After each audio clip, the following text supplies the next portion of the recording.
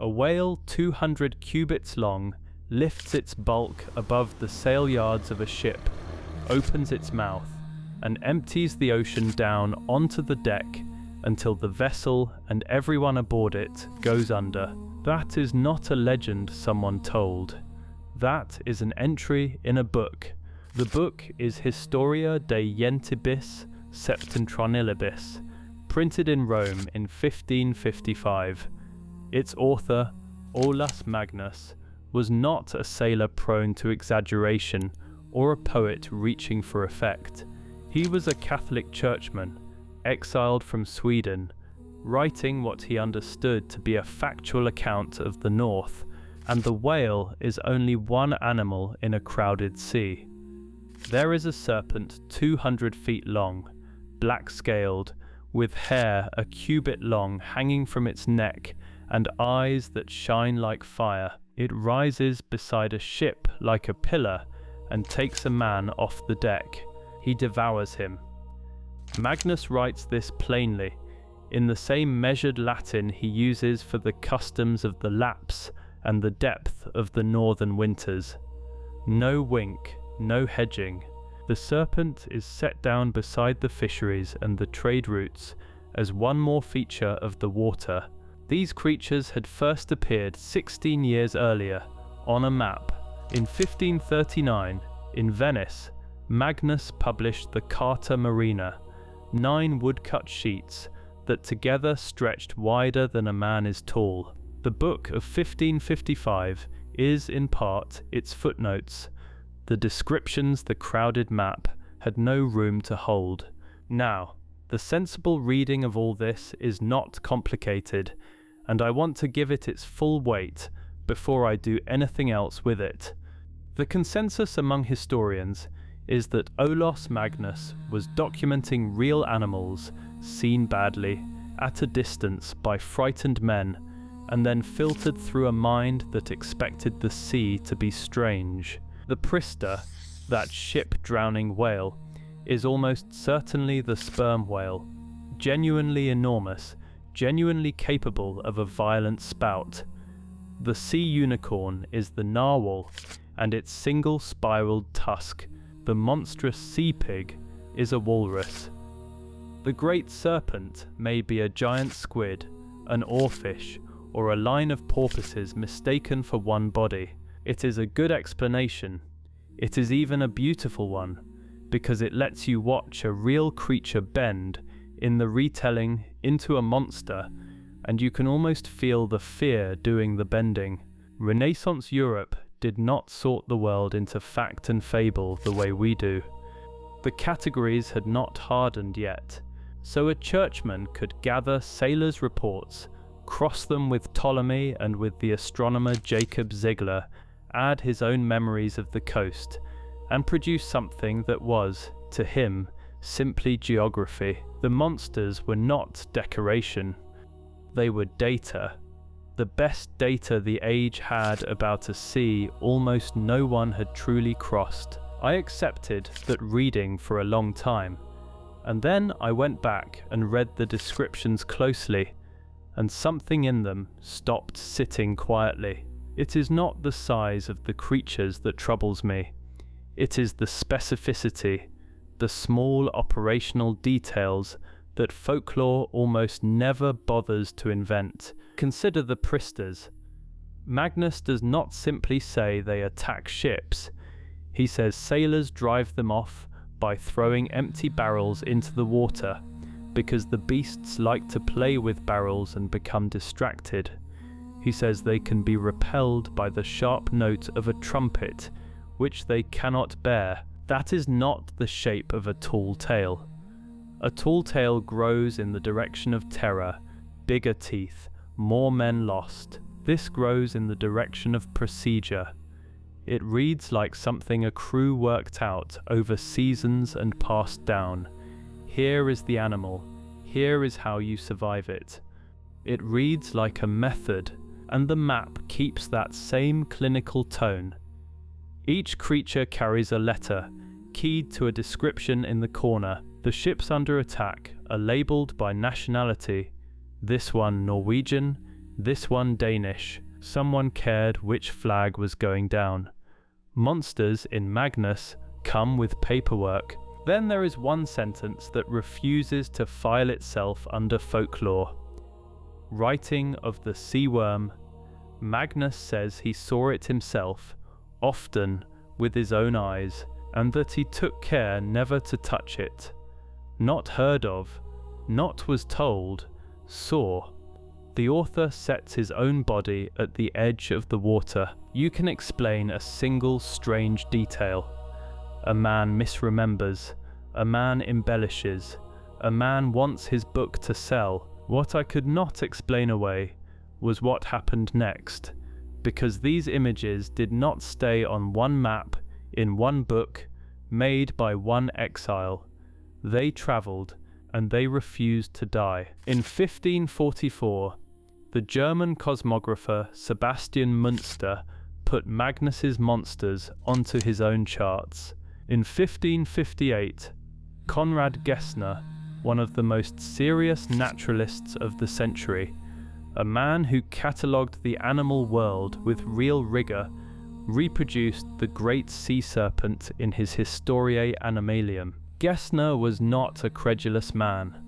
His whole project was to separate the confirmed from the merely reported, and yet there the serpent is, in the great scientific reference of the age, lifted almost unchanged from a Swedish woodcut, its posture and its menace preserved as if traced. Then Abraham Ortelius, the finest cartographer in Europe, put the beasts on his map of Iceland in 1590. Others carried them forward into the 17th century and into the 18th. For roughly 200 years, the educated mind of Europe looked at the Northern Sea and drew the same monsters, and Magnus made sure of the spread himself.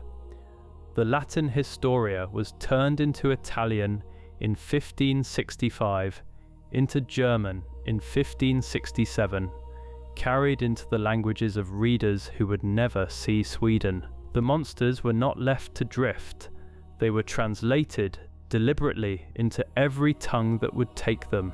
Now, the obvious objection, and it is a strong one, is that this is simply how the trade worked. Cartographers copied each other constantly, woodcuts were expensive, an image proven to sell was reused without shame. A monster on a rival's map was not a claim to be tested. It was inventory to be borrowed. I grant every word of that. Copying was the economy of the printed image, and no court would have convicted any of these men of independent belief. If it were only the pictures that repeated, I would close the book and call it commerce and go home. But it is not only the pictures, it is the descriptions that travel with them. The behaviours, the barrels, the trumpet, the serpent that rises like a pillar and takes a man. The specific claim that a specific thing does a specific act to specific ships, that is what gets copied faithfully from author to author across borders and languages and faiths. And here is where it stops feeling like commerce and starts feeling like something colder. Because the men doing the copying were not friends, they were rivals and often enemies. Münster was a Protestant. Magnus was a Catholic archbishop in exile who had watched the Reformation take his homeland and his brother's church. Gessner worked in Zurich, at the heart of the reformed world. Ortelius worked in Antwerp under Spanish Catholic rule. These men belonged to institutions that were, in this exact century, burning each other's books and each other's bodies. They agreed on almost nothing. Ask yourself what they nonetheless agreed on. They agreed on the monsters. A Catholic exile's sea serpent swims, unchallenged, straight through the Protestant reference works and out the other side into Catholic atlases, keeping its length and its hair and its appetite intact. No one revises it, no one writes the correction. The beast passes every checkpoint untouched. That is the thing I cannot get comfortable with. To reject these creatures, any one of these men needed only to do what each of them did brilliantly in every other part of his work: doubt the source, test the claim, demand the specimen. On this one subject, the whole competitive machinery of European scholarship simply declined to engage. Maybe that is unfair. Maybe there was nothing to test. None of them had been to Lofoten. None could dredge up a serpent to weigh it. Absent a body, the responsible move might well be to record what the northern sailors swore to and leave the verdict open. Silence here could be a form of caution. I have turned that over, and it almost holds. But caution leaves a signature, a hedge, a so it is said, a note that the thing is unconfirmed. What I find instead is confidence. The creatures are drawn with the same certainty as the coastline, and by the 18th century, the coastline was being corrected while the monsters were not. Think about what that means. As the maps grew more accurate, as rivers found their true courses and coastlines their true shapes, the serpent stayed. The rigor that fixed the land flowed right around the water and left the beast standing. Precision and monster, side by side, in the same careful hand. I do not think anyone arranged this. That is the part one want to be clear about, because it would be easy and wrong to reach for a hidden hand. There is no council, no suppressed memo, no single mind deciding the monsters would be kept. Nothing so deliberate, nothing so answerable. What I think happened is quieter and harder to name. The authority of the printed image did the work that no conspiracy could have. Once a thing was set in a respected book, its cost of doubt rose with every reprint. To deny the serpent, you had to contradict Gessner and Münster and Ortelius and Magnus at once, and no one had a reason to pay that cost. The monsters harmed no institution. They threatened no doctrine. Catholic and Protestant could hate each other and still let the serpent pass, because the serpent cost neither of them anything. The silence did not need organizing. It settled on its own, the way water finds the low ground. That is a more disturbing mechanism than any conspiracy if you sit with it. A conspiracy can be exposed and undone, but a belief that survives because no one has an interest in killing it, that can outlive every person who ever doubted it, quietly for 200 years, without a single meeting ever being held. And then there is what happened to the map itself, which I still do not know how to weigh. The Carta Marina, the source of all of it, the original vessel of the monsters, vanished. After 1574, the copies stopped surfacing. Within a lifetime, scholars began to doubt the great map had ever existed at all. Understand the strangeness of that. The images bred everywhere, copied into a dozen famous works, while the thing that spawned them disappeared so completely that its own reality came into question. The children flourished. The parent became a rumor. For 3 centuries, there was no Carta Marina to consult, only the copies of its copies. There is a dull explanation for this too, and it is probably true. Pope Paul III had granted Magnus a 10-year privilege, an early copyright, and few copies were ever printed. Rare things are lost. A wall map is fragile, unwieldy, easily discarded once fashion moves on. Nothing sinister is required to explain a vanished map. I believe that, and still I notice the shape of it. the one document that could have been tested against nature, the primary source, the thing a skeptic might have measured against the real coast, is exactly the thing that went missing, while the unfalsifiable copies multiplied freely in its absence. A single copy finally surfaced in 1886 in a library in Munich, found by a scholar named Oskar Brenner. For decades it stood alone, the only proof the map had been real. Not until 1962 did a second copy appear, bought from Switzerland by the University at Uppsala, too. In all the world, too. So for 300 years, the most influential bestiary in European history existed only as its own echo. Every naturalist who reproduced those monsters after 1574 was copying a thing he had never seen and could no longer find. They were passing along an original that, for all any of them knew, was gone. Magnus himself is the fixed point I keep circling.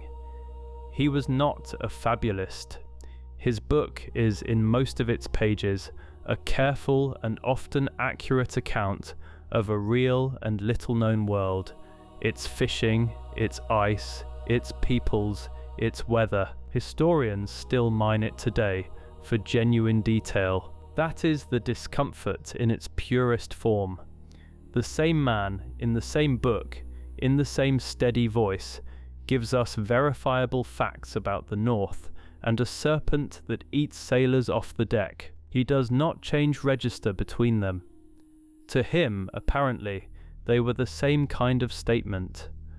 Both were simply true, and the rationalists who came after him could dismantle him creature by creature. The prister is a sperm whale, yes. The unicorn is a narwhal, yes. The sea pig is a walrus, granted. Each solution is convincing on its own. What no one has ever quite managed is to dissolve the whole bestiary at once and leave nothing over, because there is always a residue. A behavior too specific to be a squid. A measurement too consistent across too many independent tellings. A witness, Magnus, at the water's edge, not touching the thing, who will not quite reduce to a misheard rumour. You solve 9 creatures, and the 10th is still looking at you. I want to be honest about my own position here, because it would be easy to mistake this for belief. I do not think there were 200-foot serpents off Norway. I am nearly certain there were not. The animals were real animals, and the fear was real fear, and between them they made something that never swam. But that is not actually the question that keeps me at the desk. The question is not whether the monsters were real. The question is how the most rigorous minds of an entire continent across 2 centuries and every hostile border arrived at the same wrong answer and never once corrected it. Because if that could happen then, if institutions that agreed on nothing could still, without collusion, hold a single unexamined thing as settled fact for 200 years, then the mechanism did not die with the serpents. Mechanisms like that do not date. They only change their cargo. And that is the door I found, standing open where I did not expect one. We look back at Magnus, and we feel the safe distance of centuries. We know what he did not. We can name his monsters, the narwhal, the walrus, the whale. We have, we tell ourselves, corrected the map, but he told himself the same thing. He believed he was the one recording the world as it truly was, clearing away the older, wilder errors with better information and a steadier hand. He thought the monsters were the correction. Every age is certain it is the age that finally sees clearly. So I find myself asking a question I cannot close, and I will leave it with you exactly as it sits with me. What on our maps are we drawing with total confidence right now?